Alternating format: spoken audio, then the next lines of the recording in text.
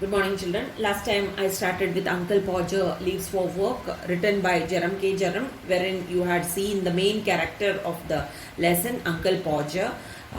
You had seen all the other characters, Aunt Maria and the children, right? So we had seen the attitude, the behavioral pattern of Uncle Podger, how he used to be. He used to always be careless in keeping his things and used to forget where he had kept his things. And then finally, he used to blame everyone at home, thinking that he used to feel that they used to do it on purpose, they used to hide the things. And at times he used to even feel that they used to perform some magical tricks in front of him in order to trouble him, right? This is how he used to blame others, but he never realized his own faults and he never felt that it was his own mistake, right? So these things we had seen in our class. And towards the end, last time we concluded by saying that it was a custom in the family wherein Aunt Maria used to get all the children, used to ask the children to assemble in the hall to say goodbye to Uncle Podger when he was about to leave for the work. And when the children gather over there, the children used to find one of them missing, and then all the other children used to go in search of the one who was missing. And they will be all excited about searching, shouting, yelling. They used to go search and used to get the other person. So up to there, I explained to you and you had seen in the previous class. I hope that you might have read the lesson 5 times. If not, please, after listening to the class, at least you read the lesson 5 times, learn the meanings given at the bottom of the text of every page of your text. You learn it thoroughly, and please read the text without fail. Once again, I am reminding you, read the text. Okay, today let me continue with the lesson on the next page, that is page number 60. So we have to begin with this part of the lesson. Immediately after they were gone, it would turn up by itself from somewhere quite near, always with the most reasonable explanation for its absence. So immediately after they were gone, the people, the children, the other children who had gone in search of the one who was missing, then what used to happen over there? The one who was missing would turn up by itself, used to turn up by itself. The child used to turn by himself or herself from somewhere. So the child used to be somewhere very quiet, very near to the hall itself, always with the most reasonable explanation for his absence. And then the child will come with all sorts of explanation, giving some reasonable explanation, some meaningful explanation the child used to give for his absence. So like that, he used to explain about himself, why he was missing all the while, right?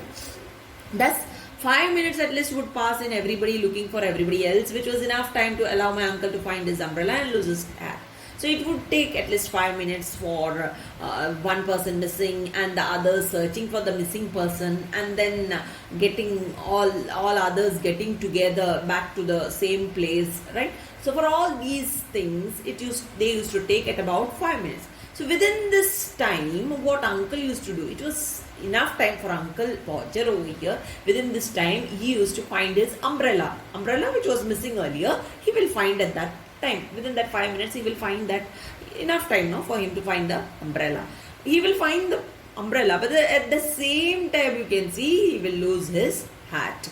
So what is the point of finding that umbrella? It's useless, isn't it? Within that 5 minutes of their mess, he will just find his umbrella and he will lose his hat. This is the other problem what he creates for all.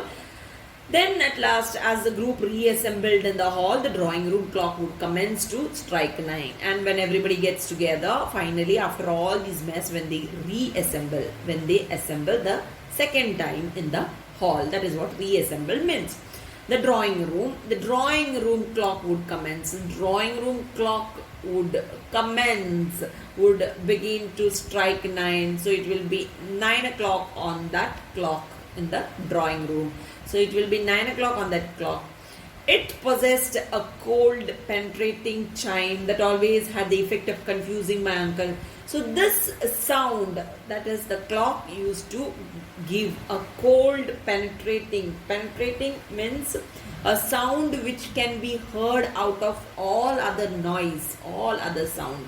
Okay, and this was a lovely melodious sound. This cold melodious sound which he used to, Uncle Podger used to hear out of all other sound, always affected him with a confusion. It used to give a confusing effect to whom? To uncle. So in his excitement, he would kiss some of the children twice over, pass by others, forget whom he had kissed and whom he hadn't, and have to begin all over again.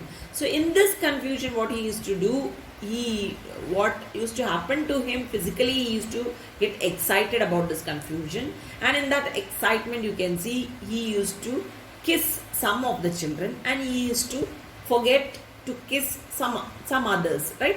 So some children he used to kiss once, and then the same children used to kiss twice, and he used to forget to kiss some of them.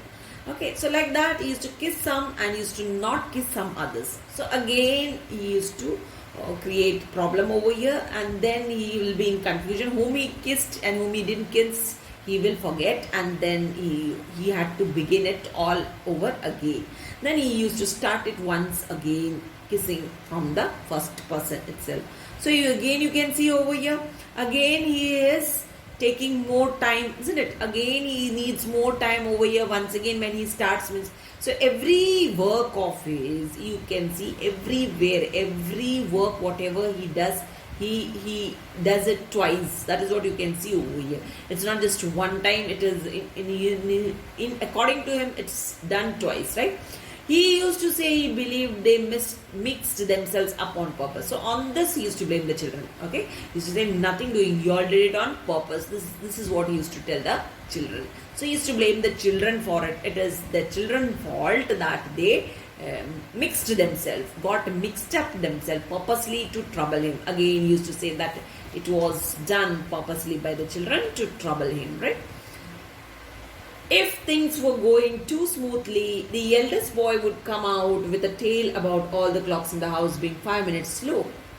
Even if the things were going smoothly, if he had kissed the children properly and kissed them on the right time, and if he had finished kissing all the children, then there'll be somebody in the family, one of the boys, the eldest one, what he would do, he would just come and narrate the story about all the clocks of the house. What he will say, that all the clocks in the house were 5 minutes slow, right? So when this is said to a person who is rushing out, what type of mental appearance he will show over here? Mental display, how he is going to display himself. First of all, you know his confusion and his state of mind. You can understand Uncle Podger's, right? And after hearing this type of a story from one of the boys, his mental situation will be totally different, right? So this would send my uncle rushing impetuously to the gate, where he would recollect that he had with him neither his bag nor his umbrella. This would send Uncle Podger, that is what narrator is saying, this would send Uncle Podger rushing impetuously. Impetuously means acting quickly, very quickly, okay, and thinking carefully about all the things. So with that, he would rush to the gate, where he would recollect that he had with him neither his bag nor his umbrella.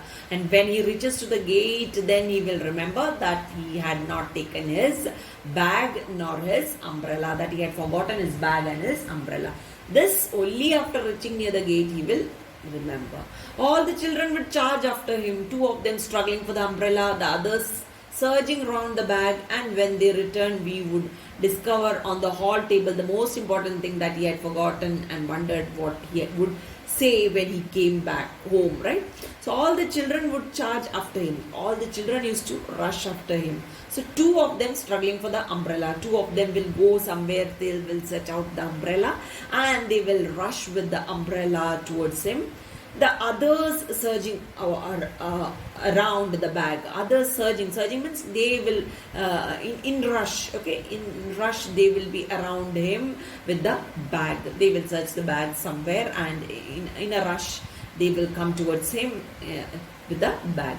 And when they return, so they will give all these things to him near the gate. Umbrella bag is given to him near the gate. And when they return, we would discover on the hall, and these children will be. So Uncle Podgy, you can see near the gate he was, right? So he left now. You can see, and these children will return back. So when they return, we would discover when they return, these children when they enter their house, what they will discover inside on the hall table itself, the most important thing that he had forgotten. They will see the most important thing that Uncle Podger had forgotten and wondered what he would say when he came home. So looking at it, what is that? The newspaper. Newspaper lying on the hall table. It will be lying over there. Uncle Podger, for what he was searching and for what he was scolding everyone in the family, that will be there left on the hall table. This will be discovered by the children when he leaves, right? And the children will be thinking, standing over there, how he will be reacting when he came home without the newspaper, he had gone, and when he returns, how he will be reacting to this situation. So with this, they will be waiting over here. That is what you can see in this lesson. So that's how the story goes about Uncle Podger. So a confused state of a person you can see in this particular story. With that, I am binding my class. The notes will be sent later to you. I hope you will do as I have told you. Thank you very much.